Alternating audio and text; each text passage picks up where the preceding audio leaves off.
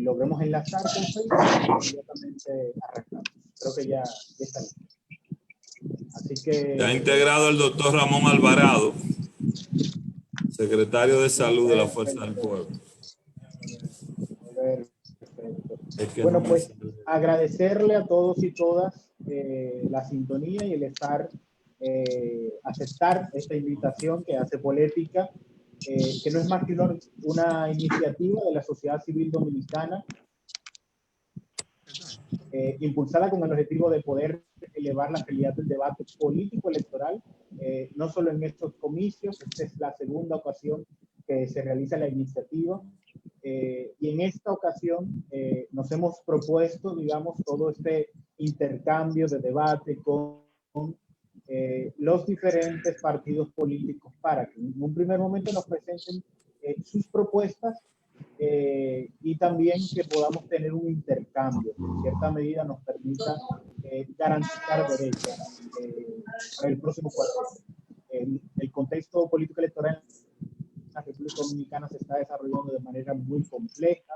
Entendemos que el coronavirus de por sí profundiza muchas desigualdades que coloca en condición de vulnerabilidad a muchas poblaciones, y por lo tanto el objetivo de este ejercicio básicamente es que podamos intercambiar tanto elementos vinculados a la propuesta programática que tiene el Partido Fuerza del Pueblo, y preguntas que desde Polética tenemos en sentido general hacia los partidos políticos.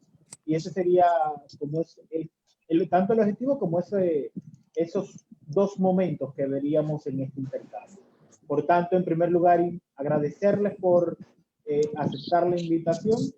En esta ocasión estamos recibiendo al equipo técnico del Partido Fuerza del Pueblo. Agradecer a quienes nos están sintonizando vía Facebook, y agradecer también a las organizaciones de Polética que se encuentran presentes. Mi nombre es Ángel Serafín Cuello, soy coordinador de la iniciativa Polética, y quisiera que en ese mismo orden se presentaran primero las organizaciones y luego los partidos políticos. Adelante, Jenny Torres.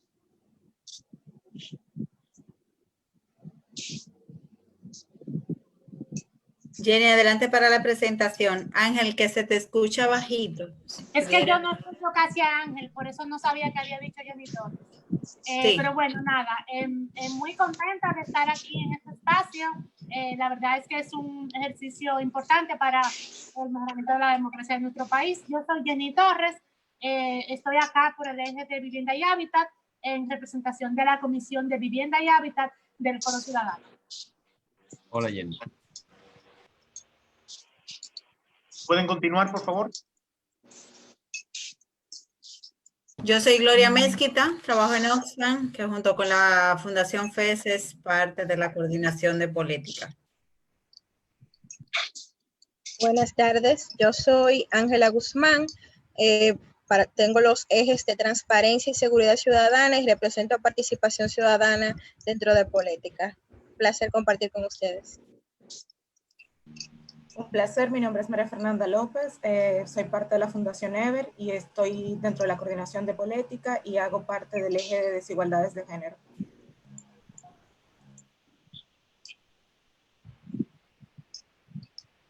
Bueno, mi nombre es Guadalupe Valdés, en este momento estoy acompañando a Foro Ciudadano en la coordinación metodológica del diálogo ciudadano que lanzaron más de 170 organizaciones sociales y comunitarias, y que junto a Polética está llevando un proceso de conversaciones virtuales entre organizaciones de la sociedad civil. En este momento tenemos ya realizadas cerca de 40 conversaciones con organizaciones de personas con discapacidad, trabajadores, trabajadoras, mujeres, campesinos, agricultores familiares, entre otros. Y el propósito es que, además de esas reuniones donde las organizaciones están señalando cuáles son sus necesidades y cómo ven la coyuntura, avanzar hacia estos encuentros con los equipos técnicos de los partidos políticos que llevan candidato a la presidencia el próximo 5 de julio y concluir probablemente el 26 de este mes con el encuentro con los candidatos a la presidencia. Mi nombre es Guadalupe Valdés y muy contenta de que se esté realizando este encuentro y de compartir con amigos y amigas. Gracias, Guadalupe. Adelante, Indiana. Buenas, ¿cómo están? Mi nombre es Indiana Jiménez, soy de Profamilia, también al eje de desigualdades de género. Un gusto verlos a todas y todos. Gracias, Indiana. Creo que Claudia recién se integra. Si pudieras presentarte, por favor. Sí, yo soy Claudia Saleta, trabajo para Oxfam y soy encargada del programa Democracia y Ciudadanía en Oxfam. Encantada. Gracias, Claudia. Bueno, sin más preámbulo, en la tarde de hoy contamos con la participación de Ramón Alvarado, de Elmer González, de Miquella Monteagudo, de Fausto Esteves, Josefina Pimentel, Pedro Pablo, Onofre Rojas y Angie Rose. Si hay algún otro en las presentaciones pudieran Rafael Camilo.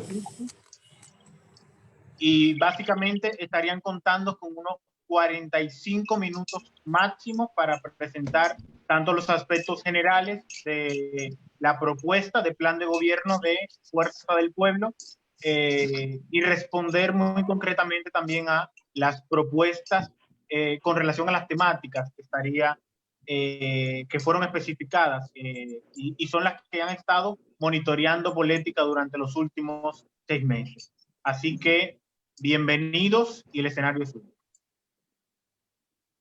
Sí, buenas tardes, muchas gracias. Me disculpan, soy Onofre Rojas. No, tengo un tema técnico y no aparezco. Bueno, como se ha indicado, ya tenemos un equipo quien dará inicio a nuestra presentación. Será Rafael Camilo, quien es el secretario de Planificación de la Fuerza del Pueblo y ha sido el coordinador del programa de gobierno que presenta Fuerza del Pueblo y el doctor Leonel Fernández. Así es que de inmediato le doy paso a Rafael Camilo, quien va a explicar los aspectos generales del programa, los ejes fundamentales en que está organizado el programa, y va a hacer énfasis en la parte de políticas económicas y políticas de fiscalidad dentro del programa. Luego vamos a continuar con todo el equipo, con los sectores sociales básicos, y lo vamos a ir presentando cada uno en su momento. Así es que lo dejo con Rafael Camilo. Muy bien, gracias, Onofre. Nosotros y el presidente Fernández hemos presentado un programa de gobierno que abarca todas las áreas, evidentemente, de políticas públicas. Y todas esas áreas las hemos organizado en lo que le hemos llamado 7 pilares o 7 grandes ejes. Esos pilares agrupan un conjunto de políticas, de estrategias y de objetivos para cada uno de los subsectores que están incluidos en cada uno de esos pilares. El primer pilar tiene que ver con el Estado de Derecho, es decir, organizar un Estado buscando fortalecimiento institucional en seguridad jurídica sobre todo, profesionalizando el servicio público y buscando cada día más oportunidad de transparencia y rendición de cuentas, que es una de las grandes debilidades en el Estado dominicano. Y buscando un Estado más cercano de espacios públicos o de espacios de diálogo hacia los ciudadanos y ciudadanas. Eso sería la parte, el eje 1 o el del Estado de Derecho. La segunda parte importante del programa tiene que ver con los aspectos de política económica. Evidentemente, todo el mundo plantea que debe haber una economía creciendo con estabilidad y con finanzas públicas sostenibles. El crecimiento de la economía muchísimas veces lleva a una desestabilización económica por el mal manejo de los aspectos monetarios y fiscales. Uno de los problemas que tenemos ahora en República Dominicana es que hay poco espacio fiscal para organizar un presupuesto público que sea instrumento para financiar el crecimiento económico. Porque tenemos desde el 2012 con déficit fiscal. Y cada vez que se va a organizar un presupuesto, el gasto público anda en el 15 los ingresos andan en el 15 y el gasto público cercano al 20. Siempre hay un desfase. Entonces eso va haciendo la estabilidad financiera y monetaria la va haciendo muy vulnerable. O sea, la sostenibilidad financiera está muy débil en la República Dominicana porque estamos cercanos a un 50% del producto en déficit. Este año, desde a partir del año próximo, más de 5.000 millones de dólares que entren a la economía dominicana irán al pago de la deuda externa fundamentalmente. Eso quiere decir que de 30.000 millones que entran y con lo que manejamos la economía dominicana, esa parte ya está de antemano comprometida a partir del 2021. Entonces, ¿qué hay que hacer para esto? Primero, darle calidad al gasto público. Los procesos de priorización de los proyectos es sumamente importante, sobre todo los proyectos de inversión pública, que eso puede ayudar a relanzar el crecimiento, que vamos a salir muy debilitados. Para relanzar el crecimiento hay que contar con 4 sectores básicos: el sector agropecuario, el industrial, el turismo y la zona franca. Son los 4 sectores que están interrelacionados más en la economía dominicana. Y evidentemente buscando reorganizar la institucionalidad para la promoción de las exportaciones de bienes y servicios, con un mejor incentivo a la inversión productiva. Se ha hablado desde la ley, no recuerdo cómo se llama, de organizar un pacto fiscal. Evidentemente eso es necesario, igual que el pacto. La ley de estrategia nacional. La ley de estrategia nacional de desarrollo. Ese pacto ahora mismo no se puede pensar en él, hay que reorganizar la economía, relanzar el crecimiento y entonces ahí se podría hablar de un pacto fiscal. La otra parte tiene que ver con el tercer eje, tiene que ver con organizar la innovación y la productividad, impulsando una cultura de desarrollo, lo que llaman la economía naranja, las empresas iniciales ¿cómo se llama? Startups. Es el segundo eje. El tercer eje, el cuarto eje, crear bienestar a los ciudadanos. Aquí viene la parte de educación, buscando una educación de calidad, que vamos a hablar de ella. Toda la parte de educación superior, la parte de género, niños, niñas y adolescentes. Esa sería la parte de salud, una atención a la atención primaria en salud, que el doctor Alvarado es uno de los promotores de esa parte. Y el quinto eje, el quinto pilar es el problema de la seguridad nacional, la seguridad de los ciudadanos, reducir la criminalidad y reforzar la frontera, y hacer algunos cambios en el Ministerio de Interior y Policía. Tenemos una gran deuda acumulada de infraestructura y el sexto eje es todo lo que tiene que ver con el desarrollo de la infraestructura nacional.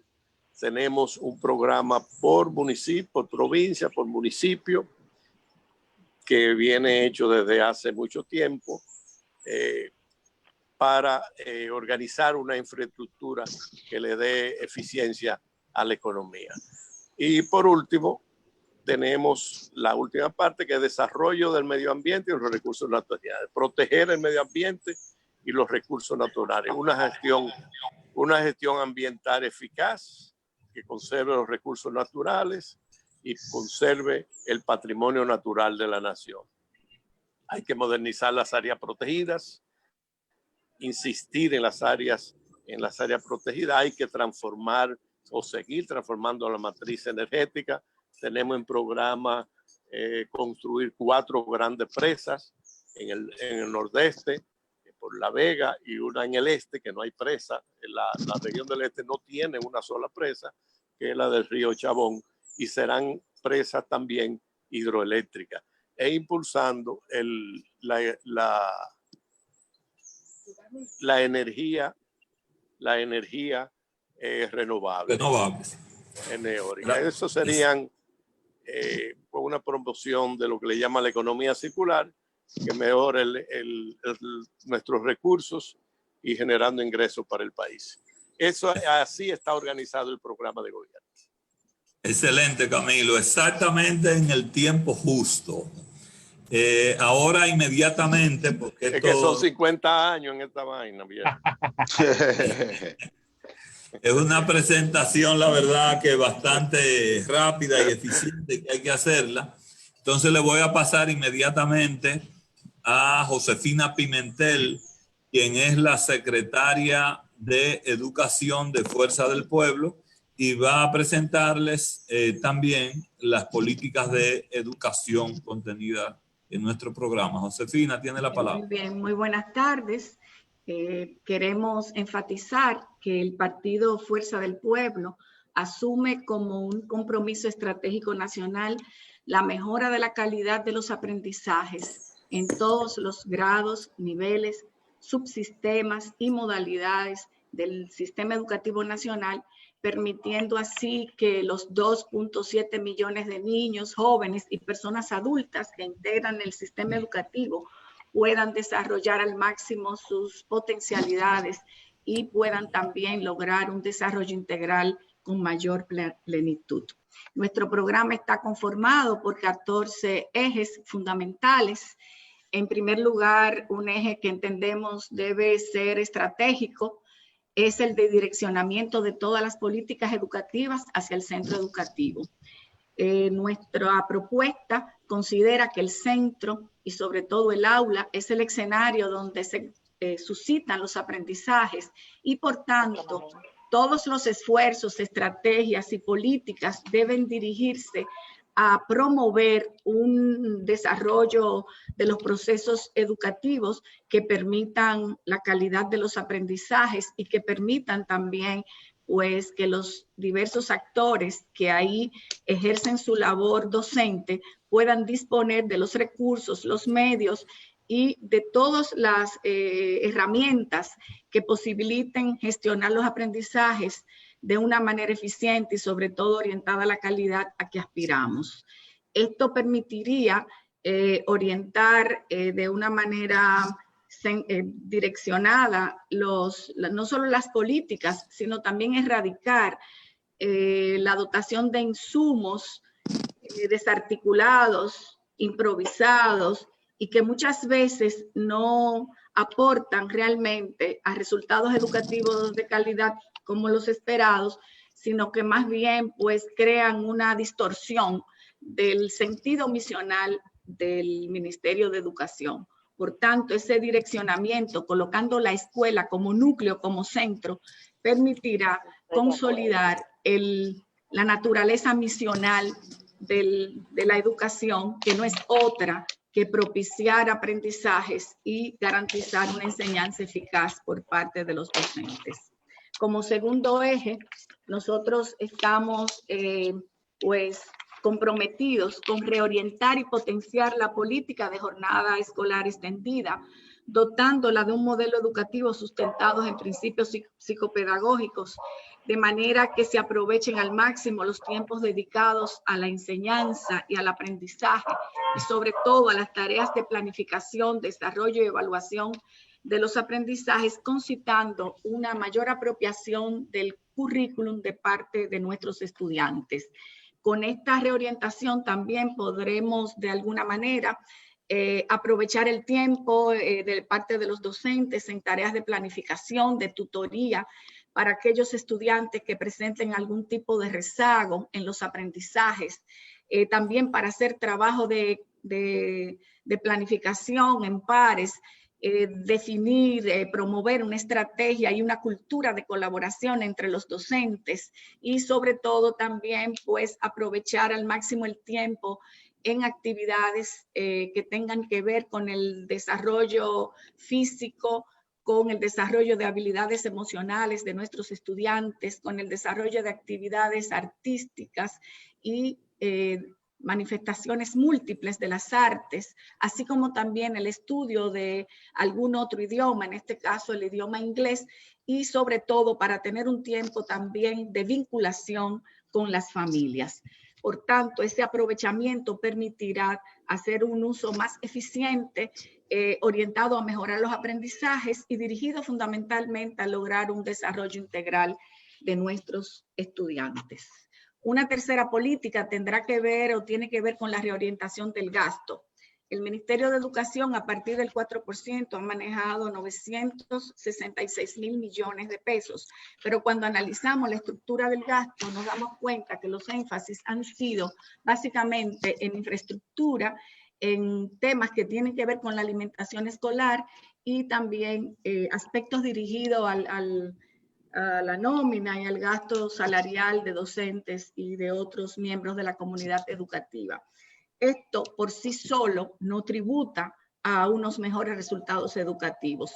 Por tanto, nuestra tarea será reorientar el gasto y potenciar todos los aspectos que están vinculados de alguna manera en forma más directa con resultados educativos de mayor calidad.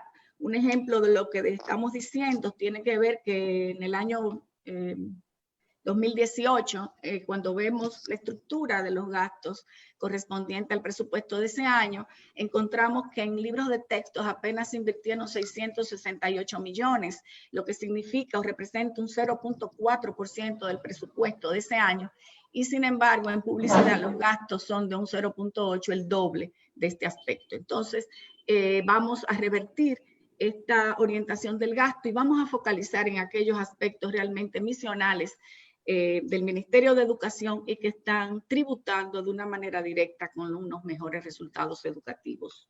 Una cuarta política tiene que ver con la implementación de planes efectivos e innovadores para la mejora de los indicadores de eficiencia interna del sistema, focalizándolo en aquellas áreas y aspectos que tienen que ver con la mejora de las tasas de repitencia, disminuyéndolas, de abandono y también de sobreedad. Así como también pues hacer un énfasis especial en la ampliación de la cobertura, sobre todo del nivel inicial y secundario. En el nivel inicial, la tasa de cobertura de niños y niñas de 3 a 5 es apenas de un 37% y la tasa neta de cobertura de los jóvenes que estudian en el nivel secundario de 13 a 18 años es apenas de un 64%. Por consiguiente, entendiendo, comprendiendo que el nivel inicial es un nivel estratégico, ya que potencia los aprendizajes en los niveles subsiguientes, pero también corrige muchos de estos indicadores que tienen que ver con la sobredad, con la repitencia y el abandono, pues nuestra gestión focalizará recursos, diríamos de manera importante hacia el fortalecimiento de este nivel, no solamente hacia la ampliación de su cobertura, haciendo alianzas con instituciones y organizaciones de la sociedad civil y organismos internacionales que puedan también apoyar todo lo que tiene que ver con acciones dirigidas a mejorar los nutrientes y aspectos que tienen que ver con el desarrollo físico, emocional y cognitivo en esta edad tan importante que es la primera infancia. Igualmente, una quinta línea de trabajo, un quinto eje de nuestro programa está dirigido al desarrollo de amplias y efectivas políticas de formación, capacitación y acompañamiento a los docentes y directivos de centros, de manera que estos puedan garantizar el dominio y apropiación de los nuevos diseños curriculares mediante procesos efectivos de planificación, desarrollo y evaluación de los aprendizajes. En este sentido, vamos a aumentar de manera significativa la inversión en los programas de formación inicial de docentes, ya que esta es la base fundamental con que cuenta el maestro y la maestra para desarrollar las competencias propias de su ejercicio docente, así como también daremos mucha prioridad a la formación especializada de docentes en programas de alfabetización inicial, es decir, de lectoescritura, para apoyar mucho este primer ciclo del nivel básico, ya que estas herramientas son fundamentales para el desarrollo del lenguaje, para el desarrollo también del pensamiento y todas las habilidades cognitivas que tienen que ver con los aprendizajes que se realizan durante el nivel básico. Igualmente, vamos, perdón. Ya casi estamos en el tiempo, Josefina, bueno, pues, lamentablemente. Son muchas las estrategias que permitirían apoyar el fortalecimiento de la carrera docente, así como también el impulso de una gestión curricular pedagógica orientada a la mejora de la calidad de los aprendizajes. En este sentido, pues vamos a implementar un modelo de gestión de la calidad en los centros que sirva como un marco de actuación común para todas las escuelas, un sistema de indicadores de logros de aprendizaje que permita que todos los maestros, directivos y las familias conozcan los principales competencias y logros de aprendizaje que sus hijos y los alumnos, en este caso, requieren para desarrollar las habilidades que se exigen en cada grado.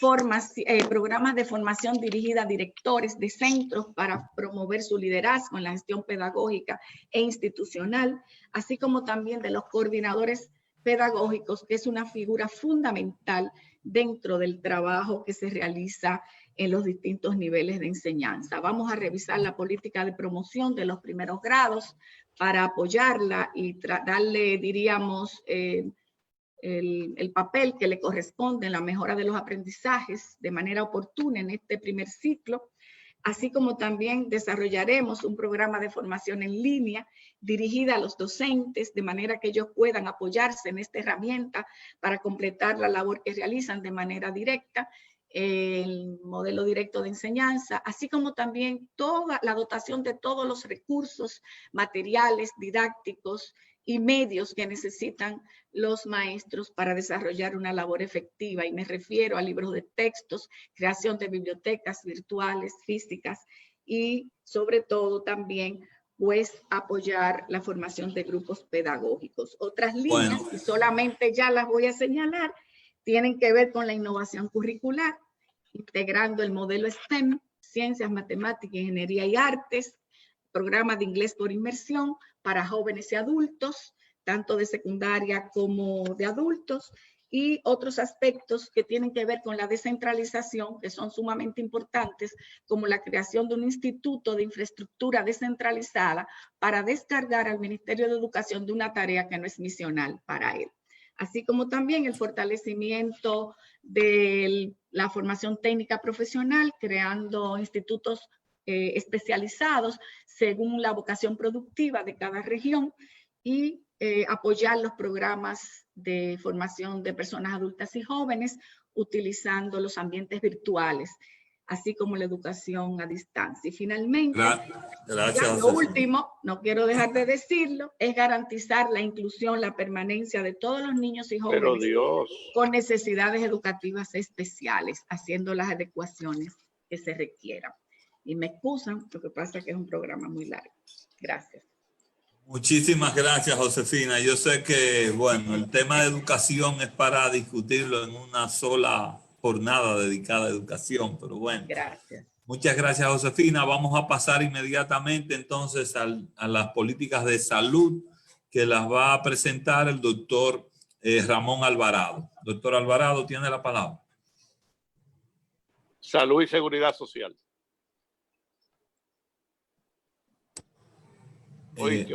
Alvarado, ¿está en línea? Tiene que activar su micrófono. Alvarado, ok, ya, ahora sí, ¿verdad? Sí. Ahora sí. Sí, okay. Dele adelante, ya usted sabe que tenemos que ser ágiles. Perfecto. Buenas tardes. Josefina te cogió 5 minutos, Alvarado. Buenas tardes a todos. Una exageración. Si me pueden subir la presentación ahí rápido. Bueno, aquí está. Vamos a tratar de hacerlo en el tiempo menor posible, pues la Fuerza del Pueblo en el área de la salud nos proponemos en sentido general garantizar el acceso a la población dominicana de servicios de salud oportunos, con la calidad y la calidez requerida. Y para eso pues tenemos una serie de planteamientos que debemos de realizar. Cada cosa de esas pudiéramos explicarla, lo de oportuno, lo de calidad y calidez, pero bueno, en 5 minutos creo que no es posible. Una estrategia es el fortalecimiento del rol rector del Ministerio de Salud Pública que permita dirigir y regular todo el sistema sanitario nacional con la autoridad y la credibilidad en toda la población. Así como rápidamente decir la regulación de la producción de medicamentos, alimentos, bebidas y todo lo que vaya a la población, como la producción de recursos humanos en salud con el perfil epidemiológico que la población requiere y necesita, no con lo que las universidades entienden que deben formarlo, y etcétera. El rol rector que le permita habilitar a todos los centros públicos y privados para garantizar la calidad de los servicios a la población. No sé si puedo ver el otro que sigue, no lo... Súbela, Elmer.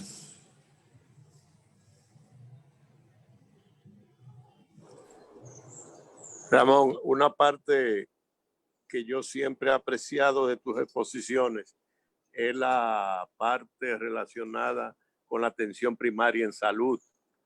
Eso es un tema que tú sabes que a mí me fascina, pero además es sumamente importante dentro del programa de gobierno. El micrófono, Alvarado. Activa el micrófono. Ok, ya, que se cierra sí. solo. No veo, sí lo veo, oí lo que me dijo Camilo, gracias Camilo. Ok. Lo que no veo aquí, bueno. Decía que nosotros en la Fuerza del Pueblo y en nuestro gobierno, con el doctor Leonel Fernández a la cabeza, entendemos que se terminaron los recursos en cuanto a lo que es la atención primaria en salud, y entendemos que hay que integrar una mesa de todos los ciudadanos, de las universidades, de las sociedades especializadas, de los gremios, de todas las personalidades interesadas en que se implemente de una vez por todas la estrategia de atención primaria en salud en la República Dominicana. Para eso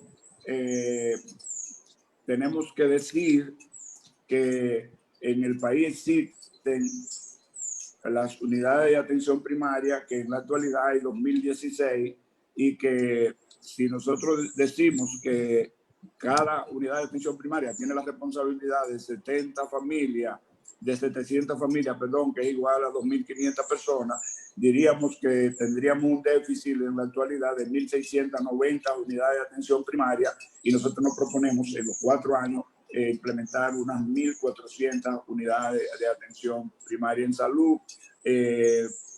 Además, que la creación de 54 policlínicos para la atención primaria integral de salud, y la dotación de capacidad resolutiva de todas las unidades de atención primaria en salud, la creación del sistema de referencia y retorno, donde el primer nivel, que es donde funciona la estrategia de atención primaria, sea la puerta de entrada al sistema de salud.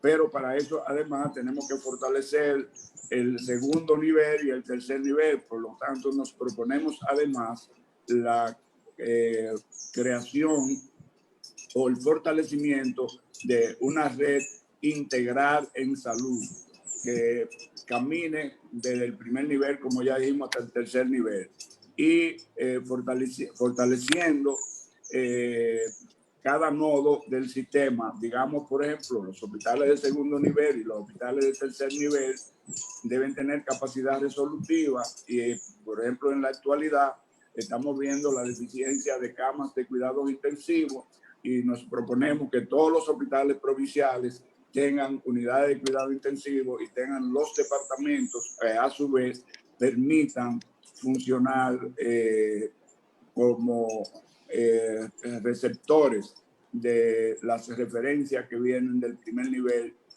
al segundo y del segundo al tercer nivel. También nos proponemos la creación, la disminución de la mortalidad materno e infantil, que bueno, la mortalidad materna en la actualidad ronda en los 100 madres por cada 100.000 nacidos vivos. Y para eso tenemos el propósito de habilitar o construir y habilitar 2 hospitales, uno en la región este y otro en la región sur, con todos los servicios para Alvarado, para disminuir la mortalidad materna y la mortalidad infantil. Y habilitar unos 10 hospitales materno-infantil en todo el país. No, brevemente, no quiero dejar de decir que para la situación actual, post pandemia, estamos proponiendo la creación, o vamos a proponer la creación de una mesa técnico-científica intersectorial e interinstitucional que maneje tanto nacional como local, que maneje todos los relativos a las epidemias y o pandemias. Y también estamos proponiendo la creación de un fondo especial para el caso de la adquisición de servicios y bienes en los casos de enfermedades emergentes o enfermedades reemergentes, como el caso del COVID ahora, o de otras enfermedades que ya tenemos y que surgen. O sea, así como rápido se pudieran quedar muchas cosas que son sumamente importantes. Algo que nadie toca en los, ya para terminar, en los programas de gobierno son los adultos mayores. Nosotros estamos proponiendo incentivar la creación de ciudades amigables al adulto mayor, que son espacios que permiten el desarrollo del envejecimiento activo, y también incentivar la creación de hogares de abuelos para que sean sustituidos inclusive en el argot, en el léxico, en el lenguaje, por el despectivo asilo de ancianos. O sea, lo voy a dejar hasta ahí porque imagino que viene otra parte donde podremos entonces responder muchísimas otras preguntas. Muchas gracias, Ramón. Excelente. Entonces vamos a pasar inmediatamente a la parte de políticas de género. Así es que llamo a la compañera Angie Brut. Buenas tardes.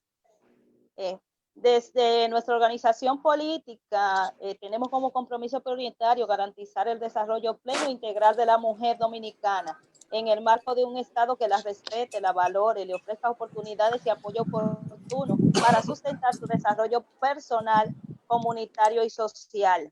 De igual manera, Nos comprometemos para que el Estado sea un garante eficiente de los derechos de la mujer a vivir en paz, en igualdad efectiva de condiciones, sin ningún tipo de violencia ni discriminación por sexo. Y por ello desarrollamos en nuestro plan de gobierno 8 ejes principales, donde podemos ver que el establecimiento de un observatorio nacional de violencia basado en género, adscrito al Ministerio de la Mujer. Desde allí, crear y gestionar indicadores de prevalencia de violencia contra la mujer que permitan establecer políticas públicas de prevención y asistencia, impulsar la aprobación de un proyecto de ley de patronos de casas de acogida para mujeres víctimas de violencia y crear fondos de apoyo a la pensión por orfandad para garantizar el derecho a una vida digna a los niños, niñas y adolescentes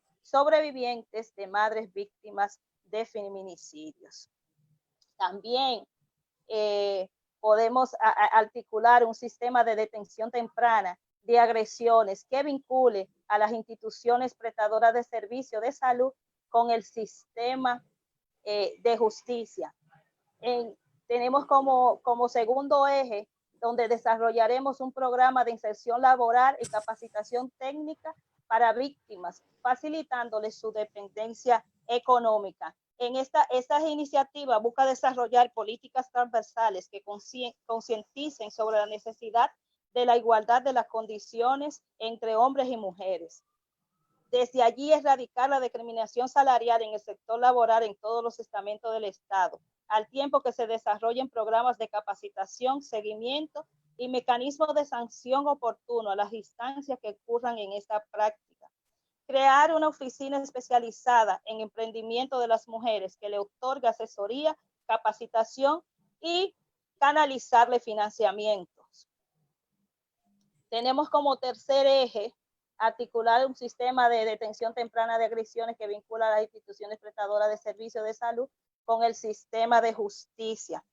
Ahí implementaremos multiplicar las unidades de atención especializada para las mujeres víctimas de violencia, que provea servicios de salud, atención psicológica, asesoría legal, con personal capacitado y espacios adecuados para ofrecer un trato digno a las mujeres.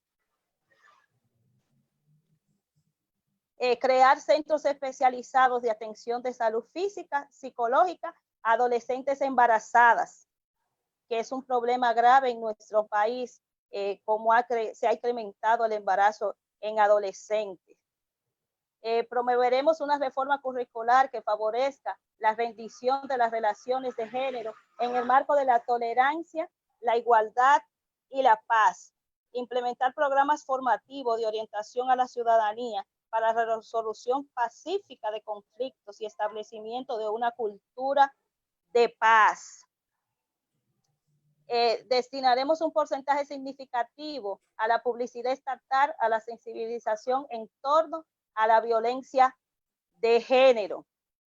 Allí haremos promoción de una cultura de igualdad de género en los centros educativos con el objetivo de involucrar a una nueva generación que sepa que tenemos todos los mismos derechos en igualdad de condición, no importa hombre y mujer. También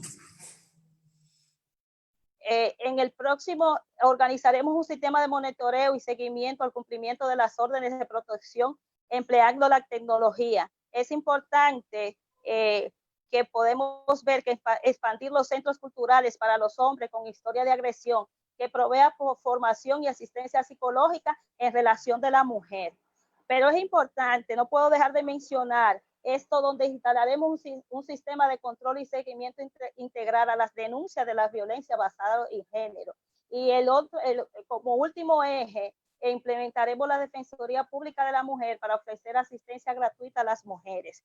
En este programa, entre el eje 7 y 8, vamos a desarrollar un proyecto que llamamos Mujer Segura, que busca, para estos fines, proponemos el lanzamiento del proyecto Mujer Segura, el cual dentro de sus iniciativas contempla fortalecer el abordaje integral en la prevención y atención a las mujeres que enfrentan violencia a través de la asignación de mujeres policía en los casos de la violencia doméstica, reportadas a la Fiscalía en especial.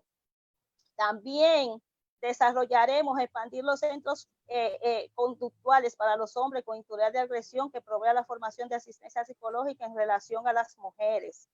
Y vemos que es importante que incluyamos el sistema de prevención con los hombres que son agresores y el programa de seguimiento a ellos, porque a través de eso nosotros podemos erradicar la violencia, porque a veces le damos seguimiento a las mujeres que son víctimas de violencia, pero no trabajamos con los agresores ni los niños que provienen de esos hogares. Entonces, si no se le da el trato psicológico, el acompañamiento para poder superar ese trauma, que muchos vienen de trauma de adolescencia, entonces se convierten en futuros agresores. Y es por ello que nosotros vamos a dar una política de seguimiento y acompañamiento a todas las familias que son víctimas de violencia.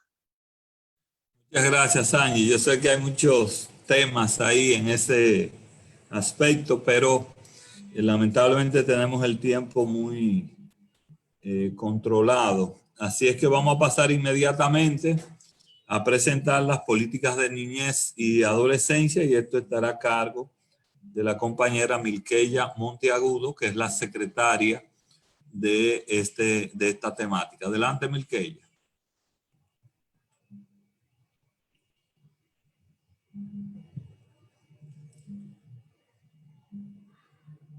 Abre el micrófono, Milkeya. Milkeya.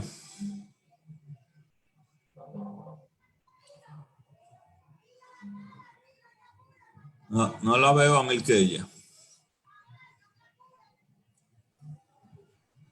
Ella está ahí, lo que pasa es que no tiene el micrófono abierto. Vamos a habilitárselo, Sera. Tiene que abrir el micrófono, Milkeya, por favor. Ahora sí, ¿me escuchan? Sí, adelante, Milkeya. Ahora me escuchan. Ok. Digo que ponía identificación como uno de los primeros puntos para tratar el tema, porque dentro de los partidos mayoritarios he visto que solo la Fuerza del Pueblo contempla la Secretaría de Niños y Niñas Adolescentes, lo que nos dice la gran sensibilización del partido de incluir este segmento poblacional en lo que son las labores que vamos a hacer desde el Estado. También tengo que resaltar que está dentro del pilar de labor social y de bienestar ciudadano, porque fíjense cómo todos los aportes que han hecho los compañeros anteriores en economía, en social y en educación repercuten y son tocados este segmento poblacional con todas las medidas que ellos dicen que se van a asumir. Puedo ejemplarizar con la de educación. Cuando ampliamos la cobertura del nivel inicial, ya ahí estamos favoreciendo a ese sector poblacional. Y cuando ampliamos la economía, cuando decimos que tenemos una economía sólida, entonces también repercute directamente en ese sector poblacional. Todas las medidas repercuten. El objetivo prioritario es proteger la infancia en todas sus etapas de desarrollo, desde el nacimiento, que es la etapa, y la adolescencia, que es hasta los 18 años. En esto se contempla que haya una disminución de la pobreza, que ya fue explicada anteriormente por el compañero que trató los términos económicos. También desarrollar programas que vayan hacia el bienestar de ese segmento poblacional. Programas dirigidos a la convivencia, a la armonía y a una cultura de paz. También tener una vida digna, que es asegurar que dentro de ese marco de salud que hablaba el compañero, todos esos niños y niñas puedan tener la facilidad de atención. Y todas esas atenciones de atención primaria que se van a hacer a partir de los barrios, entonces también repercute en este sector poblacional. Se contempla hacer una inversión progresiva en este sector, en lo que tiene que ver con núcleos intersectoriales que puedan abarcar las problemáticas que tenemos pendientes. si ustedes vieron en educación que se va a centrar en un centro escolar, los centros escolares están en comunidades y si se trabajan las comunidades y se trabajan desde los centros escolares, las sociedades de padres, los grupos comunitarios y desde los gobiernos locales, entonces estamos trabajando de abajo hacia arriba. Entonces vamos a estar directamente relacionados con el sector para poder provocar unos ambientes armoniosos y su vulnerabilidad se reduzca. También dicen que es siempre afectado por las otras áreas. Si va mal en las otras áreas, en las áreas económicas, en la falta de empleo, de hecho, eso repercute en este segmento porque toca directamente a los núcleos familiares. Y cómo pensamos incrementar los empleos con una mayor inversión del Estado, de hecho, entonces, vamos a tener hogares menos vulnerables. La participación intersectorial hay que destacarla porque todos los demás compañeros lo han dicho. Proponemos un programa de integración intersectorial donde van a tener participación, donde se van a buscar las empresas privadas, el sector público y buscaremos soluciones conjuntas a las diferentes problemáticas que tocan el sector.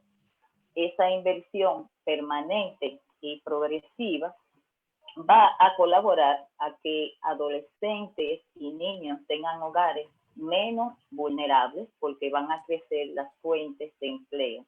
Porque la vulnerabilidad tiene dos riesgos, externos e internos. Los externos dependen de esas coyunturas económicas y sociales y del derecho de Estado, de la solidez del derecho de Estado. Entonces, cuando se tiene todo lo anterior, ese riesgo disminuye. Y los riesgos internos que también son consecuencia de esos riesgos externos, porque las personas cuando no tienen empleo, cuando no tienen seguridad, su estado emocional también es lesionado. A veces se tornan agresivos, violentos, se ven incapacitados de resolver esos problemas y ahí entonces crece la tensión en los hogares y se dan esos tipos de abusos que son recibidos por los niños y niñas en los hogares.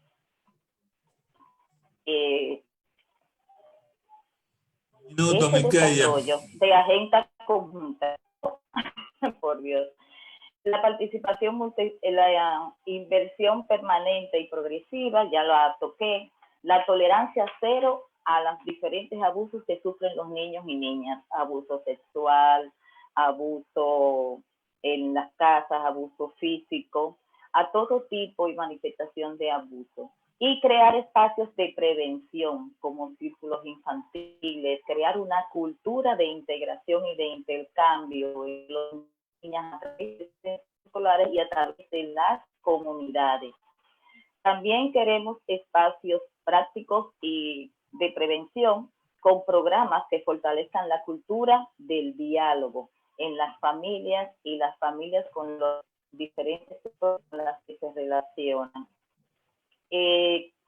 Queremos también buscar soluciones pacíficas a los problemas que se puedan presentar y crear espacios dignos de interacción. Por eso se habla de cuidar las áreas protegidas, de elaborar más áreas verdes, de preparar espacios de esparcimiento, donde los niños puedan interactuar y puedan intercambiar.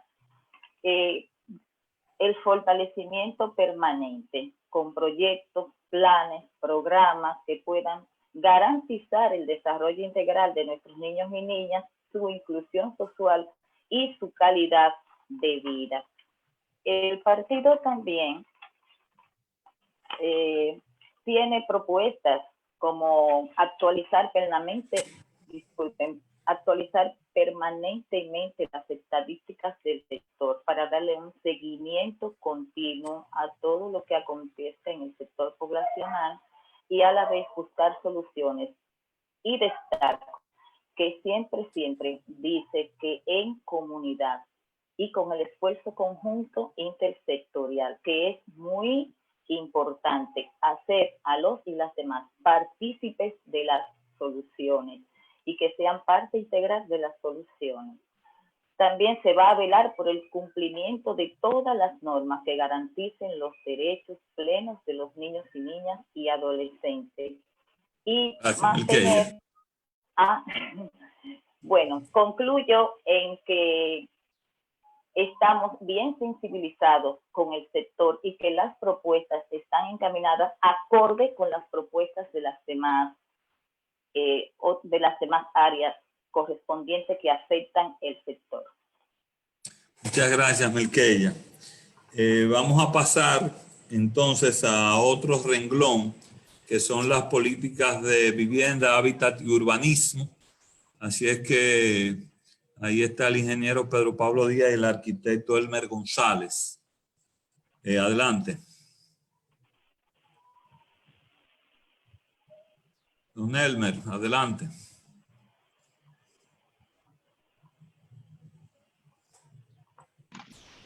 Micrófono, Elmer. Listo, adelante, Elmer. Está activado. Es Pedro Pablo que comienza. Pues arranque, Pedro Pablo, tenemos poco tiempo.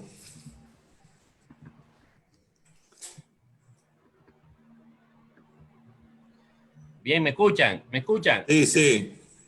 Bien, lo que vamos a mostrar rápidamente en 7 minutos comprende una estructura colaborativa de varios profesionales de la Fuerza del Pueblo, estableciendo políticas y programas de gobierno sobre el tema del urbanismo y la vivienda en República Dominicana.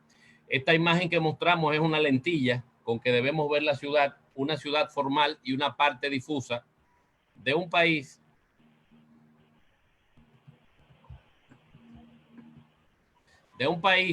como República Dominicana, que tiene actualmente 10.5 millones de habitantes con 221.6 habitantes por kilómetro cuadrado. Esencialmente, este programa tiene fundamentalmente un contexto, y es que en la actualidad es importante entender que las características del hábitat urbano y la vivienda son algo más que la suma de sus infraestructuras. Para nosotros, y hemos entendido que las personas y sus expresiones culturales constituyen un fundamento esencial de cualquier región, territorio o ciudad en la República Dominicana. Por tanto, en el desafío sobre un desarrollo futuro del territorio es fundamental la creación de soluciones habitacionales seguras y asequibles en función al desarrollo humano en las regiones dominicanas. Un gran obstáculo sobre esto, y es conocido por todos, y que incide directamente en la fragmentación de ese desarrollo sostenido, lo constituye esencialmente el déficit habitacional, estimado en más de 2.100.000 unidades al 2020. Y de ese total, el 59%, o sea, 1.298.000 unidades, son en orden cualitativo, y un 41%, que son 902.000 unidades en sentido cuantitativo.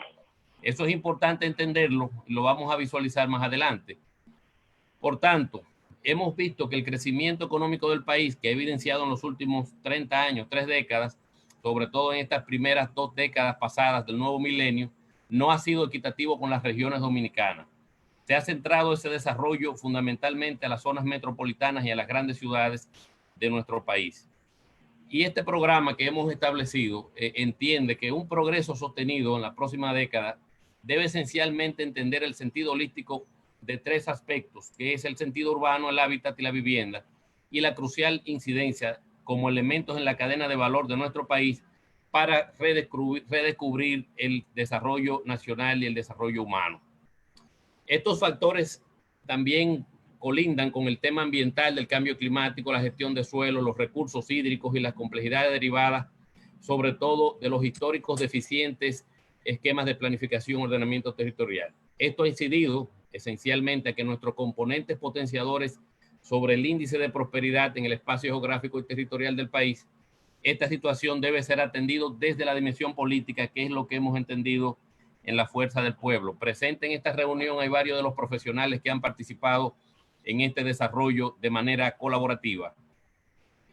Uno de los elementos esenciales que hemos integrado son esos ejes estratégicos de un proyecto desarrollado desde hace ya 3-4 años, que es Visión República Dominicana 2044, entendiendo que estos desafíos que hemos tenido a través de nuestra Secretaría de Urbanismo y Vivienda es la llamada a plantear el marco de actuación para caracterizar e integrar agendas y acciones en el desarrollo progresivo de nuestras regiones, provincias, municipios y ciudades.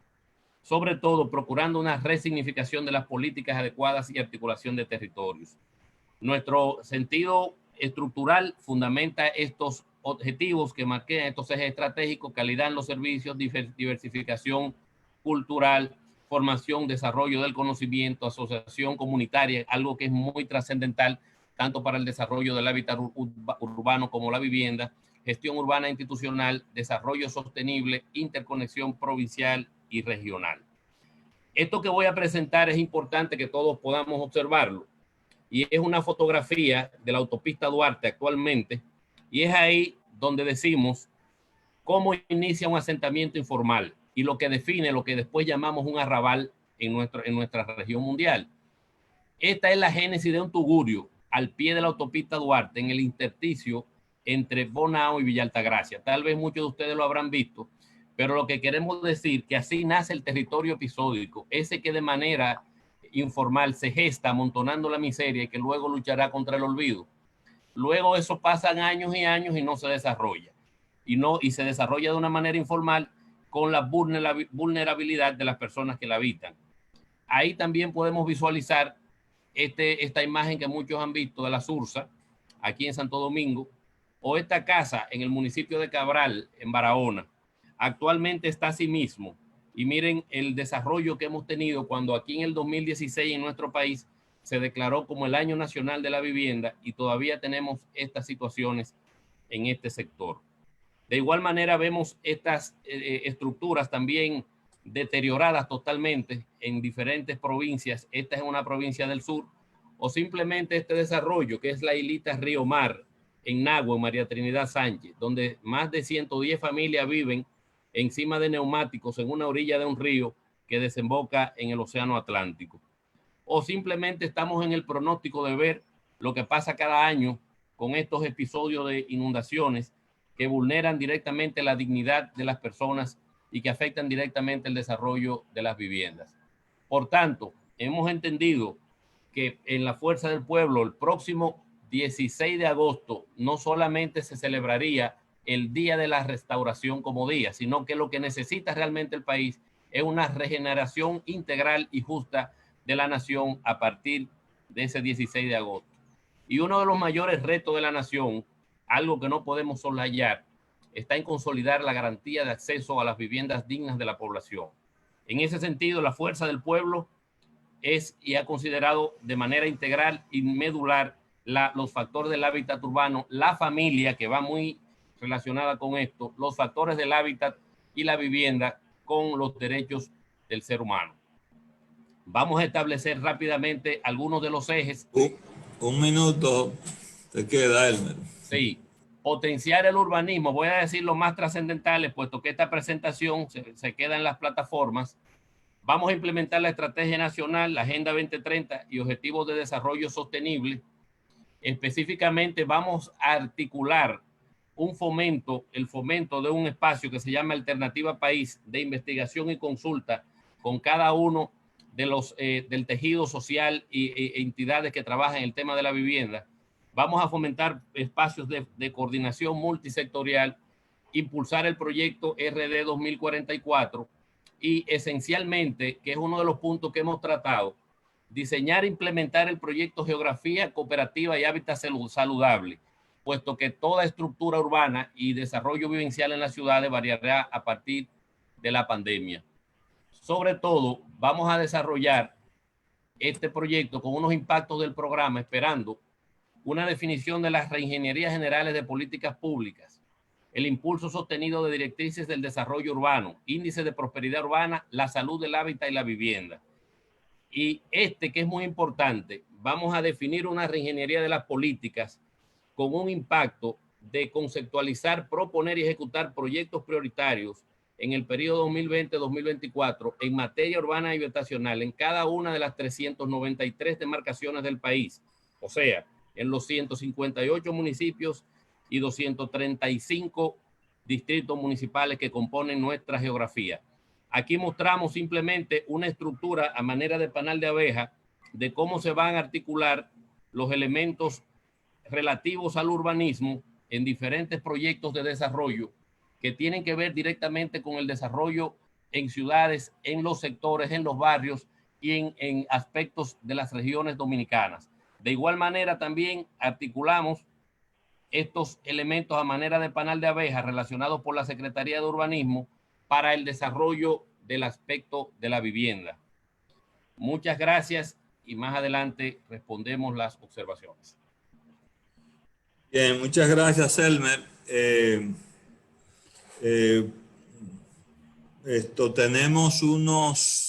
Veo que tenemos unos 12 minutos ya pasado del tiempo que se nos asignó, por eso yo prácticamente voy a dejar la presentación sobre los enfoques de política social, pero simplemente quiero que me permitan señalar que en Fuerza del Pueblo hemos creado incluso una Secretaría de Implementación de Políticas Sociales, en el entendido de que hay que superar el concepto asistencialista, paternalista de lo social, y también ese concepto de políticas sociales desarticuladas. Parte de lo que precisamente queremos desarrollar es el hecho de que las políticas educativas tienen que ser diferenciadas en términos de lo tradicional y articuladas con otras políticas como la política sanitaria, como la política de vivienda precisamente, las políticas de transporte y movilidad que son fundamentales. Es decir, ¿por qué? Porque el concepto que nosotros estamos procurando desarrollar es un concepto en el cual, es decir, la política social vaya orientada finalmente, o sea, a erradicar la pobreza. O sea, se trata de promover políticas sociales orientadas hacia un ideal. ¿Cuál es ese ideal? Ese ideal es la igualdad, y hacia allá es que queremos dirigirnos, pero esto es un ideal y por tanto hemos visto que si avanzamos en lo que serían políticas de equidad social, entendiendo la equidad como la igualdad de oportunidades, entonces hemos visto que si nosotros desarrollamos unos básicos de oportunidades, como decía, en esos sectores sociales fundamentales, y también estructurando algunas políticas focalizadas hacia sectores ya con niveles de vulnerabilidad muy concretos. Esto también va en esa dirección. Lo propio, esto está articulado con políticas económicas que se orienten, por ejemplo, a garantizar lo que sería como un ingreso básico universal para los trabajadores y las familias. Y entonces todo esto es lo que nosotros consideramos que puede desarrollar una efectiva política de erradicación de la pobreza, una política orientada hacia una mayor equidad social. Y para eso también uno de los conceptos básicos que hemos venido desarrollando es un concepto diferenciador de la planificación, en donde se desarrolle más claramente una planificación territorial que articule el conjunto de políticas públicas en el territorio, y que también esto se articule con una política permanente de desconcentración, de descentralización, de desarrollo de lo local y el desarrollo regional, para que, es decir, lo nacional tenga un sentido, digamos, de integralidad en la República Dominicana. Entonces, digamos, dejamos la presentación. Esa presentación tiene, es decir, está desarrollada en el programa, y aparte de eso, tenemos un documento base, digamos, que sirve como base conceptual a lo que está expresado en el programa. Así es que, Serafín, muchas gracias y bueno, estamos a la disposición de los participantes. Gracias, Onofre, y a todo el equipo de la Fuerza del Pueblo por la presentación y por presentar los principales puntos que giran en torno al programa de la candidatura de Leonel Fernández. En estos momentos vamos a pasar con las organizaciones de política República Dominicana. La idea es que podamos agotar un proceso de intercambio de preguntas y respuestas y que a partir de ahí esto nos encamine a esclarecer un poco unos que otros puntos que fueron tratados tanto en su plan de gobierno como en esta exposición. También dejarles saber que hemos analizado desde inmediatamente fueron depositados los planes de gobierno de los candidatos. Hemos estado analizando las diferentes propuestas que partimos de ese análisis principalmente. Adelante, Rafael Jovine de Oxfam. Sí, muchas gracias a todo el equipo el equipo técnico del Partido La Fuerza del Pueblo.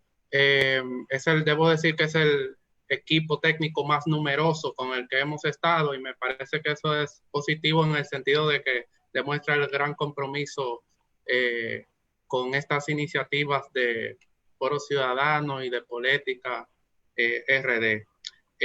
Particularmente he visto gran parte del programa de gobierno y me parece que es uno de los más completos en cuanto a estructura de lo que se quisiera ver en un programa de gobierno, es decir, líneas estratégicas, definición de políticas, ejes programáticos, diagnósticos, objetivos y líneas de acción. Entonces eso me parece relevante resaltarlo. Yo tengo dos o tres aspectos que me gustaría que en la medida de lo posible pudiesen abundar. El primero de ellos tiene que ver con el pacto fiscal. Escuché en la parte inicial que se planteaba de que, bueno, ante la situación económica actual y la etapa en la que estamos de la pandemia, habría que priorizar el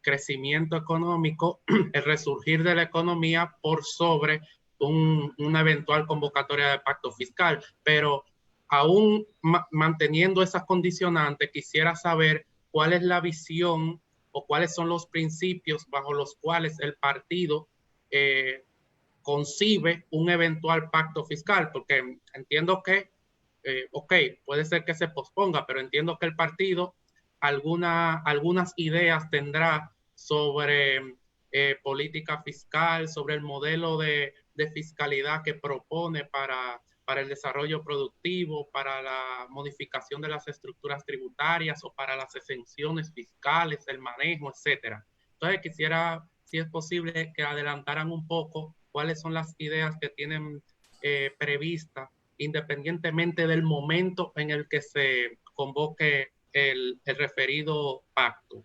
Lo segundo tiene que ver con la eficiencia del gasto público. En la página 54 del programa de gobierno, el objetivo 2.2 se plantea mejorar la calidad del gasto público, pero está más centrado en proyectos de inversión pública, y quisiera, digamos, que pudiesen abundar, si es posible, brevemente sobre estos aspectos que solo mencionan en cuanto a mejorar la estructura organizativa del gobierno.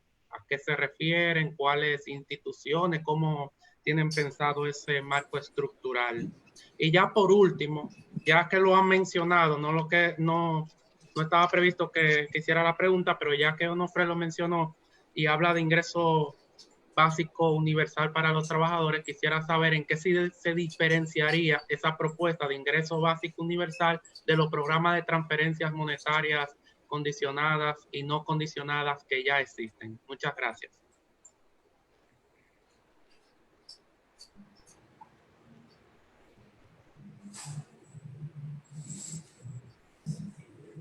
¿Aló? ¿Sí? ¿Cómo procedemos? ¿Respondemos seguido? Camilo, tú respondes. Claro, porque responden de manera inmediata. Creo que lo mejor. Dale, Camilo. Bueno, con relación al pacto fiscal, hay que, como él mismo lo contextualizó, en qué situación se va a encontrar la economía dominicana al salir de la pandemia. Es una situación de decrecimiento económico, de muchas empresas en situación financiera muy vulnerable. Por lo tanto, un pacto fiscal que se debe sustentar en buscar cerrar la brecha fiscal que tiene el gobierno. Ese es uno de sus objetivos, es decir, la brecha fiscal que va dada entre los ingresos y lo presupuestado. Nosotros, por ejemplo, para el 20, hay un déficit, va a haber un déficit de un 5% del producto, más de 240 mil millones de pesos. Cuando se habla de cerrar la brecha del espacio fiscal, estamos hablando de reducir el déficit fiscal. La holgura de compromiso del gobierno, o mejor dicho, el presupuesto normalmente tiene un 90% de rigidez. Es decir, 90% de lo presupuestado ya tiene el gasto asignado. Apenas de un 10% le queda al gobierno para desarrollar un presupuesto libre, sobre todo en inversión pública. En los últimos años, cerca del 90% ha ido a gasto corriente y el resto a capital. Entonces tenemos que buscar un momento para un pacto fiscal en el cual todos los sectores se vean involucrados con deseo de un pacto fiscal. Por ejemplo, una de las bases del pacto fiscal debe ser reducir el gasto tributario, es decir, el gasto en excepciones fiscales. En este momento eso no se puede hacer porque las empresas no disfrutan de ese gasto tributario. Y otro de los aspectos del pacto fiscal tiene que ver con la mejoría del gasto público. La mejoría del gasto público no es solamente reorganizar el Estado, es buscar transparencia, es buscar prioridades, sobre todo cuando estamos hablando de gasto en infraestructura. Las prioridades definen la inversión, pero tiene que ser una inversión que tenga unos resultados progresivos para el país. Y en otro aspecto del pacto fiscal tiene que ver con la simplificación de los impuestos. En el gasto tributario nosotros tenemos que la mayoría del gasto es en gasto directo, de los ingresos es en impuestos directos. Entonces, la búsqueda de mejoría tributaria tiene que pasar por la simplificación de los trámites, de las declaraciones, etc. Eso sería lo que podría decir con relación al pacto fiscal. Creo que había otra pregunta relacionada con el área económica, no la recuerdo. La eficiencia del gasto público. Sí, bueno, ahí era que me refería. La eficiencia del gasto público pasa por dos cosas. Transparencia, es decir, transparencia y priorización del gasto público. Transparencia en el sentido de que realmente se den las licitaciones, que no haya trampa en las licitaciones, y la eficiencia del gasto también tiene que ver con los resultados de productividad del gasto. Es decir, con una inversión que vaya a elevar la productividad, la sinergia entre la economía. No hay que hacer una carretera por donde van a pasar muy pocos vehículos. Por ejemplo, yo mencionaba las presas que están diseñadas ya, inclusive están los estudios hechos. Esas presas, sector público, sector privado, muchas de ellas se podrían construir con esa modalidad de inversión. Entonces, el gasto público eficiente es un gasto, primero, transparente. Segundo, que vaya en el sentido de elevar la productividad de la economía. Ahí quedo. Bien, gracias Camilo. Jovines, rápidamente, lo del ingreso básico universal está referido, o sea, no como una dicotomía al tema de los programas sociales, pero al mismo tiempo también lo que quisimos acotar es que también hay que resolver el tema a nivel salarial. No te pongo el ejemplo de cualquier trabajador versus el salario del gobernador del Banco Central, sino te pongo un ejemplo muy sencillo con un tema que me toca bregar, que es el de la municipalidad. Nosotros tenemos ayuntamientos aquí en el Gran Santo Domingo donde una persona que recoge la basura gana 2.500 pesos, mientras que un regidor de la sala capitular de ese mismo ayuntamiento te gana 260.000. Entonces, realmente hay que ver cómo procuramos que el ingreso básico universal pueda ser extendido tanto a nivel de programas como a nivel de políticas salariales. Bueno, seguimos. Tiene la palabra Jenny Torres, de Ciudad Alternativa. Bueno, nada, saludos de nuevo. Comentar que me parece muy positivo los elementos que tomaron del diagnóstico, poniendo como la cantidad tope, ¿no?, que ha marcado la Oficina Nacional de Estadísticas de 2 millones, teniendo en cuenta que ha habido una actualización de la metodología por parte del gobierno que reduce a la mitad el déficit sin hacer nada, pero digo, interesante tomarlo en cuenta para fines de cuál es el número no oficial. Me parece también muy interesante el elemento de integrar en la presentación el tema de la participación comunitaria, porque en el programa de gobierno estaba muy presente la participación del sector privado, más no así del sector social, y creo que también eso sería interesante actualizarlo. Tengo unas cuantas preocupaciones, voy a compartir algunas, y la primera preocupación es que siendo el déficit habitacional un problema nacional y un problema que tiene un peso también muy significativo en el ámbito rural, las acciones están muy orientadas al trabajo a nivel urbano, que es importante por el peso que tiene el sector urbano en el país, pero a nivel rural hay muchos elementos que necesitan una atención de inmediato. De hecho, en la presentación colocaron una foto de Río Mar, que si bien Río Mar como tal es parte de la zona urbana, conocemos muy bien la zona porque ha sido de los espacios más afectados por los huracanes Irma y María, pero ahí mismo en esa propia zona, entre Nagua y entre Samaná, existen muchas zonas rurales que han sido afectadas muy negativamente en los últimos 5 o 10 años por los diferentes huracanes y no han tenido ninguna respuesta y son zonas rurales. Entonces en el programa no se plantean elementos que puedan tomar en cuenta esas situaciones. La propia foto también que colocó la siguiente, que dice cómo empieza un tour y lo pone en la carretera Duarte, en una zona rural. El punto,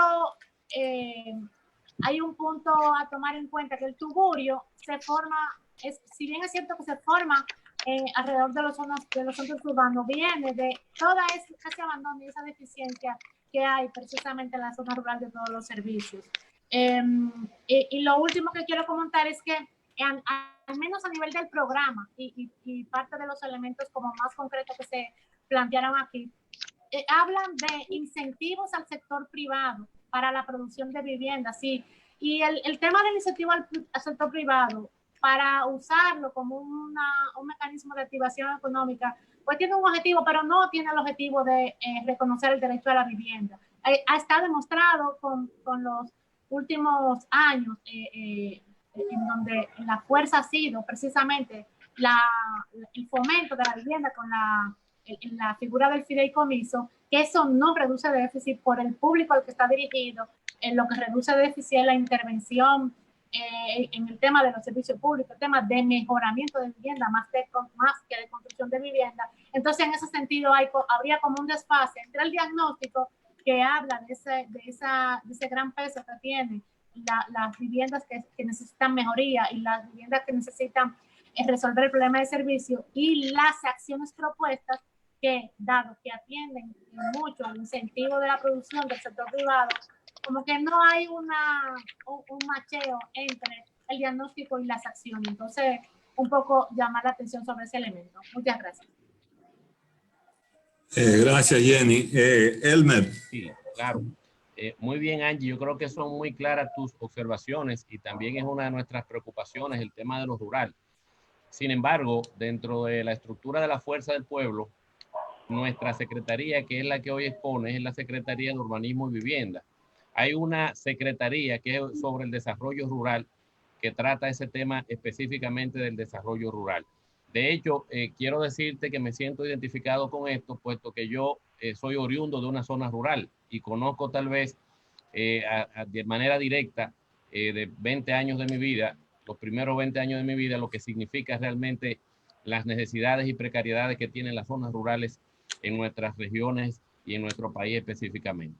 De manera directa, te puedo decir también la importancia que nosotros hemos entendido en este programa en vincular lo que es el conocimiento, el diagnóstico de la exclusión social. Uno de los temas más debatidos a nivel nacional y sobre todo latinoamericano es el tema de la exclusión social, del desarrollo de las estructuras no enfocadas a que son generalmente las mismas familias las que construyen su vivienda, en ese gran núcleo de vivienda que se fabrican actualmente en República Dominicana. Por lo tanto, entendemos que es un medio importante el que usted señala, el apoyar no solamente el sector privado, sino apoyar el mejoramiento de las viviendas existentes a través de programas conjuntos entre organizaciones, entre ONGs, entre elementos y empresas que puedan también apoyar. Puede ser un medio importante, puesto que esto es lo que permitiría reducir esa brecha que hay anualmente que crece del déficit habitacional. Sí entendemos con lo que hemos mostrado que la idea de tal vez establecer estas políticas consensuadas en un sentido de las 10 regiones de desarrollo que conforman a la República Dominicana y hacer proyectos prioritarios y necesarios en las 393 demarcaciones de municipios y distritos municipales del país, es tal vez una intención de acercarnos a esa brecha que se ha dado históricamente entre lo urbano y lo rural. Sí. Una acotación, Jenny, muy importante lo que señalaba Elmer sobre, ese es un tema interesante, el tema del desarrollo rural. Hemos creado una secretaría especializada para ese tema. Esa secretaría incluso presentó una propuesta sumamente interesante de cara a la pandemia, que es todo el tema de la seguridad alimentaria. Y digamos que en el plano de las políticas sociales, parte de lo que se plantea tiene que ver con el uso de la extensión de las tecnologías de la información al sector rural, a las zonas rurales, y desarrollar lo que podrían ser comunidades rurales inteligentes, así como se plantean el tema de comunidades urbanas inteligentes y digamos que el desarrollo rural también visto muy de la mano con el tema ambiental por vía de lo que estamos planteando, que sería todo el tema de la visión sobre las cuencas hidrográficas como base incluso de planificación y desarrollo territorial. Bueno, Serafín, no sé si Gracias, Onofre. Tiene la palabra Indiana Jiménez de Profamilia. Hola, buenas noches. ¿Me escuchan bien? Sí, perfectamente. Sí. Qué bueno, gracias. Pues tenemos algunas inquietudes sobre el eje de género. Empezando por, quisiéramos saber si el equipo ha costeado lo que implica transversalizar el enfoque de género en todos los ministerios, porque no es solamente el Ministerio de la Mujer y el enfoque no es solamente de prevención de la violencia, que sabemos que es un problema enorme, pero sabemos que también pasa por la educación la educación en igualdad en específico para la prevención de la violencia y también para potencializar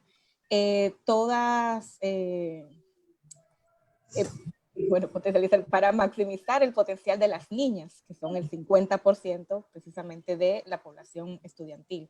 Entonces queríamos saber si eso se ha hecho, si se ha pensado en asignaciones presupuestarias como tal, en cuánto va a dedicar cada ministerio, por ejemplo, también el mismo Ministerio de Trabajo.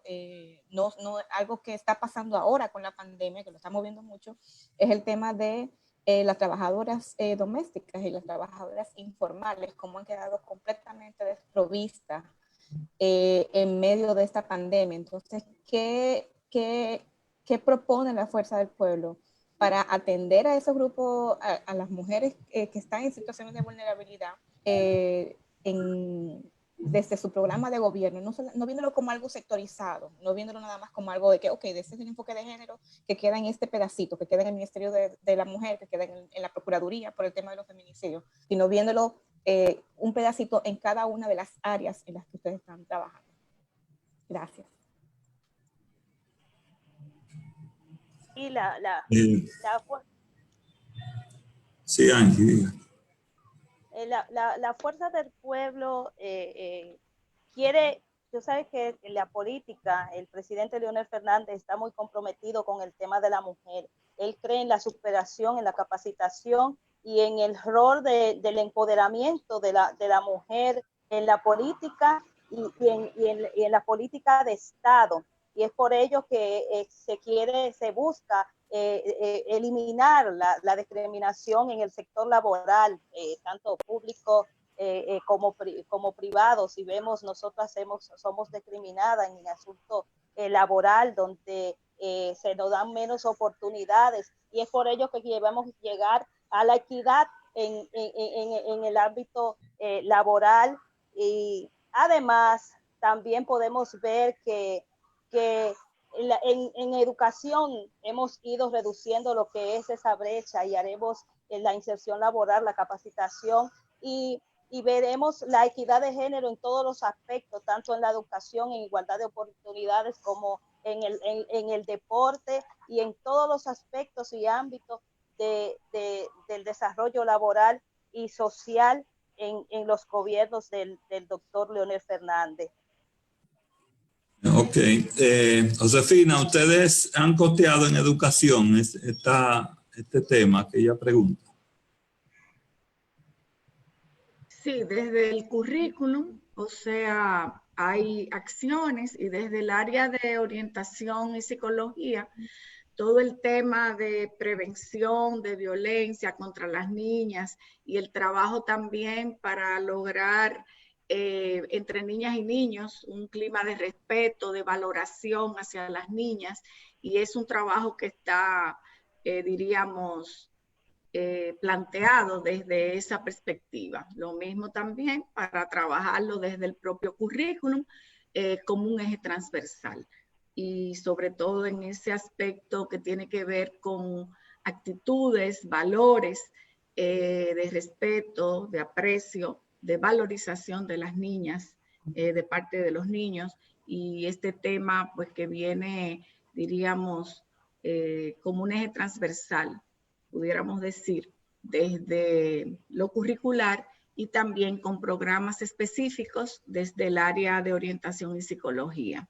fortaleciendo lo que se viene haciendo, ampliándolo, y trabajando también con las familias, apoyándolas. En nuestro programa está un trabajo también con las familias y con los padres como primeros educadores de sus hijos e hijas, apoyándolos en desarrollar también habilidades desde el punto de vista socioemocional, también trabajando con ellos, dándoles herramientas para trabajar el tema de la prevención de la violencia, violencia de género, de manera que la familia también es un eje importante a trabajar desde el sector de educación preuniversitaria.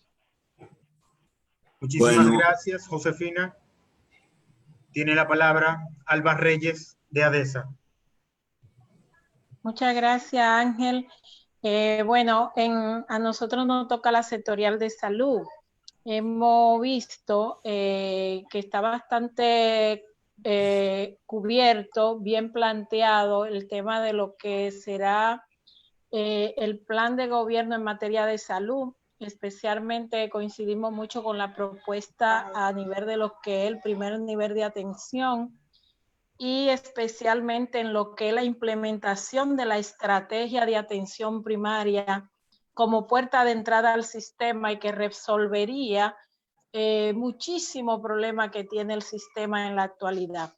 Nos quedan preocupaciones, igual que en las demás sectoriales. Por ejemplo, el programa de gobierno establece que fortalecerán la inversión en salud. Sin embargo, no nos queda clara una propuesta en materia de qué porcentaje del PIB va a ser destinado al tema de salud y al propio primer nivel de atención, con la priorización que ustedes están estableciendo en su programa de gobierno. ¿Qué es el porcentaje que prevén que se pudiera invertir en el primer nivel de atención y en el presupuesto global de salud?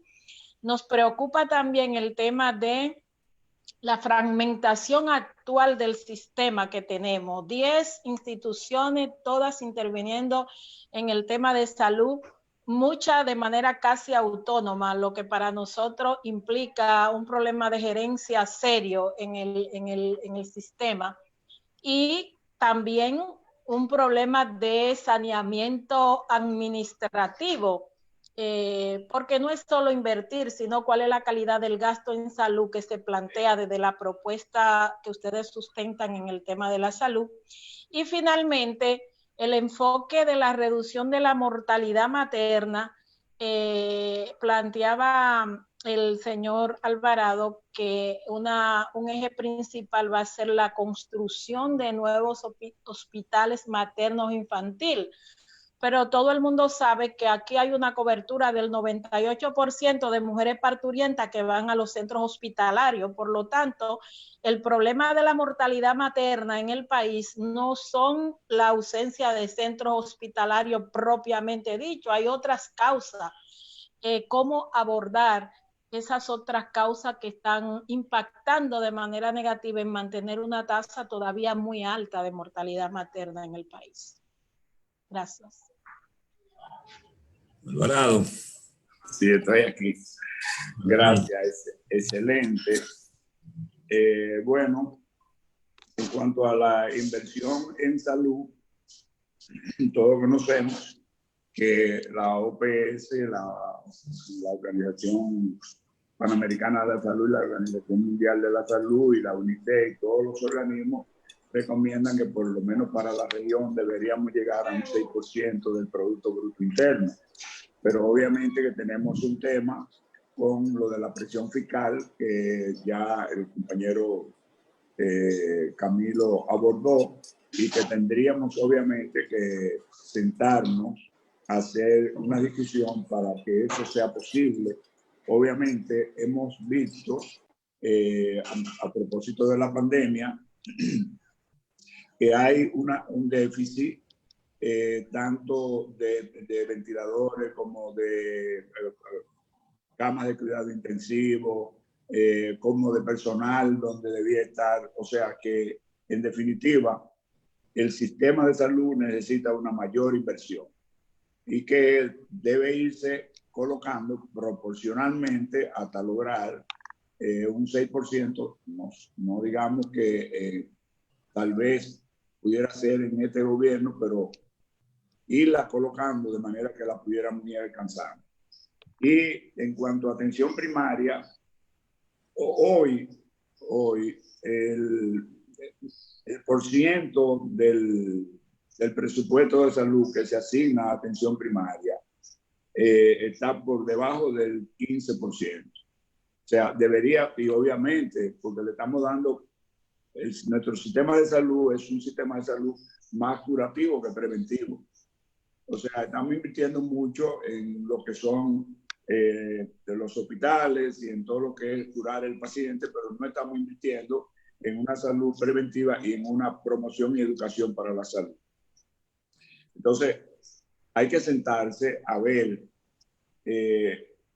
cuál es el diagnóstico de lo que está pasando en atención primaria en salud y cuáles son nuestras necesidades. Y nosotros estamos diciendo que uno de nuestros principales ejes es la implementación de la estrategia de atención primaria en salud y que nos tenemos que sentar con todos los sectores porque hay que formar recursos humanos adecuados y que estén permanentemente en atención en el primer nivel para aplicar la atención primaria en salud. Pero ese recurso humano hay que pagarle también, hay que incentivarlo y eso se necesita recursos. Estamos proponiendo que las enfermeras sean profesionalizadas, todas las auxiliares de enfermería que tenemos.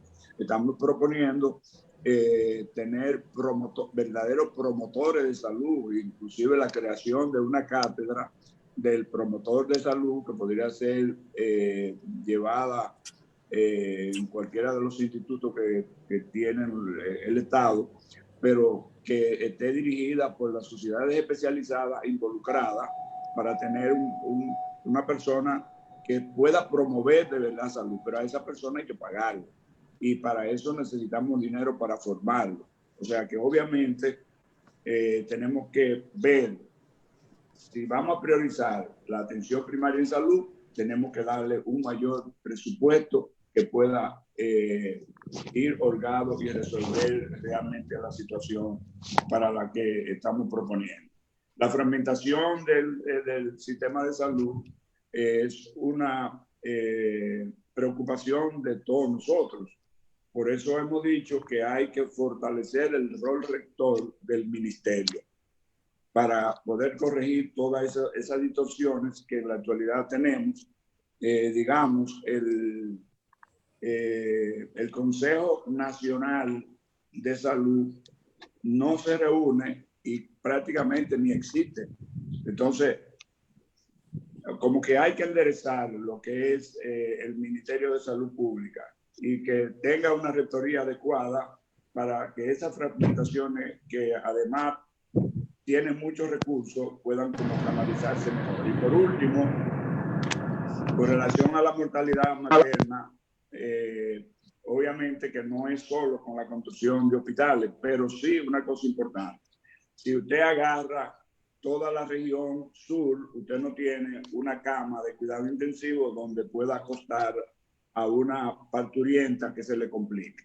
Esa parturienta tiene que venir de Barahona o de Enriquillo, de cualquier parte lejana del sur, hasta Santo Domingo para poder conseguir una cama en un cuidado intensivo. Entonces estamos proponiendo esos hospitales, pero además estamos proponiendo la creación de la residencia de medicina crítica obstétrica para que haya un personal adecuado, porque ahora posiblemente haya un personal y habría que preguntarse cuál es el personal que está atendiendo los embarazos y los partos. Pero hay que ir como más allá todavía y cuando nosotros implementemos la atención primaria en salud de manera correcta, nosotros vamos a ver que en el puerperio se muere una gran cantidad de mujeres, pero ese puerperio puede ser seguido con atención primaria en salud. Y las mujeres se mueren por infecciones después del parto, se mueren por hemorragia, se mueren por hipertensión. Entonces, si tenemos una atención primaria en salud adecuada, donde se le pueda dar seguimiento a esas mujeres, entonces vamos a disminuir la mortalidad materna también por ahí. O sea que es una integración, o sea, es un compromiso integral, una salud integral, donde se involucre atención primaria en salud, donde se involucre parte de la red, pero que los sitios donde se lleven esas mujeres también tengan los equipos y los recursos humanos adecuados. Gracias, Alvarado. No sé si tenemos tiempo, nada más una acotación, Alba, con el tema de atención primaria que magistralmente ha explicado el compañero Alvarado. O sea, nosotros siempre hemos insistido que no se confunda atención primaria con primer nivel de atención. El primer nivel de atención es fundamental, como dijo Alvarado, hay que fortalecerlo. No puede ser como se ha hecho ahora con la pandemia, que prácticamente cerraron en los días más necesarios, cerran el primer nivel de atención. cuando era el lugar que más se necesitaba. Y la estrategia de atención primaria nosotros la concebimos como una estrategia integral de atención en el primer nivel, pero también de políticas de prevención. Y en políticas de prevención hay que fortalecer las políticas de salud colectiva. Entiéndase, inversión en agua potable, inversión en saneamiento básico, especialmente en residuos sólidos, la inversión en alcantarillado sanitario. O sea, son inversiones básicas de políticas de prevención para la salud de la colectividad, y nada que decir de la necesidad de políticas diferenciadoras en materia de lo que es la promoción de la salud. Es decir, la promoción de los hábitos y estilos de vida saludables como cultura que permitan que podamos tener realmente una población saludable. Es decir, ese criterio de que el sector salud nada más es la atención, los servicios de atención médica, realmente lo vemos complementado con todas esas políticas de prevención y de promoción de la salud. Serafín, no sé si hay alguna otra. Muchísimas gracias, Ramón Alvarado. Onofre Rojas, gracias por la participación. A todo el equipo técnico del Partido Fuerza del Pueblo y por lo provechoso que ha sido este intercambio. Quedamos pues en la disposición desde Política para seguir manteniendo un diálogo fluido con todos los partidos políticos. La intención de Política es que podamos elevar la calidad del debate, pero a la vez que se coloquen las propuestas en el centro de la campaña político-electoral. Quedan apenas cerca de 2 semanas para las elecciones. Desde Política estamos empujando un proceso de firma, compromiso con los candidatos presidenciales que entre varios aspectos tocan la necesidad de reorientar recursos para garantizar derechos. En esos derechos orientados a salud, educación, vivienda y hábitat, seguridad ciudadana, entre otras sectoriales que entendemos que son importantísimas debido a que es la pandemia la que termina profundizando las condiciones de vulnerabilidad en el que se encuentran estas poblaciones.